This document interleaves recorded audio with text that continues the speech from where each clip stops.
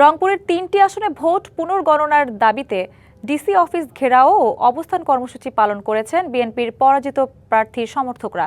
দুপুরে জেলা রিটার্নিং কার্যালয়ের সামনে বিক্ষোভ মিছিল নিয়ে জড়ো হন রংপুর ৩, ৪ ও ৬ আসনের বিএনপির কর্মী সমর্থকরা। আন্দোলনকারীদের দাবি, প্রশাসনের সহায়তায় রংপুর ৪ আসনের বিএনপির প্রার্থী ইমদাদুল হককে পরাজিত করে বিজয়ী ঘোষণা করা হয়েছে এনসিপির আকসার হোসেনকে। একই কায়দায় রংপুর ৩ ও ৬ আসনে বিএনপি প্রার্থীদের ফল পরিবর্তন করে বিজয়ী ঘোষণা করা হয়েছে জামায়াত প্রার্থীদেরকে। তাই ভোট পুনর্গণনার দাবি জানিয়ে রিটার্নিং কর্মকর্তার কার্যালয় ঘেরাও করে আন্দোলন করেছেন পরাজিত প্রার্থী ও সমর্থকরা। দাবি আদায় না হলে বড় আন্দোলনের হুঁশিয়ারি দেন তারা।